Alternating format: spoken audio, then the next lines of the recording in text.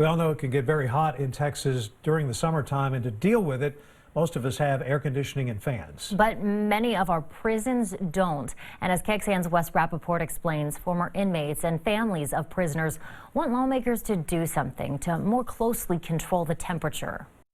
The summer of 2011 was just horrible. I'll never forget that. The nearly 13 years Jose Flores spent behind bars in prison are seared into his memory, especially summertime. While you're putting your new fresh clothes on, you're already sweating. At an advocacy day at the Capitol, prison reform supporters invited the public to experience conditions similar to what inmates and officers face when it gets hot. We're human beings. Legislation filed this session would require the Texas Department of Criminal Justice to keep prison temperatures between 65 and 85 degrees. They're paying their debt to society, but that doesn't mean that we treat them like a piece of trash. Union leaders for correctional employees support the initiative, saying it helps them stay healthy and prevents staff turnover. That AC will go all the way around, not just for inmates, but for officers and staff alike. Keeping a spreadsheet is not going to have any impact. The chair of the House Corrections Committee says it's unrealistic to expect the agency to make changes without more resources. We have not given the agency the resources and the direction to address this issue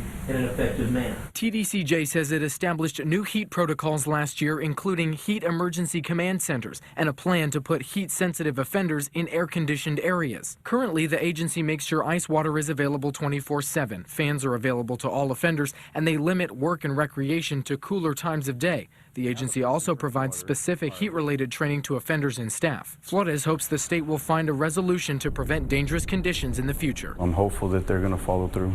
Wes Rappaport, KXAN News. State prison officials say there hasn't been a heat-related death in a TDCJ facility since 2012, and heat-related illnesses among offenders have gone down by half in the last 5 years. Last year, between January and October, 70 people got sick in Texas prisons. The Dallas Morning News says more than half were correctional officers and staff. That's a 13% increase from the years before. Since 1998, 23 people have died behind bars in Texas because of hot temperatures. Last year, the state of Texas settled 8 wrongful death lawsuits filed by families of inmates who died in state custody.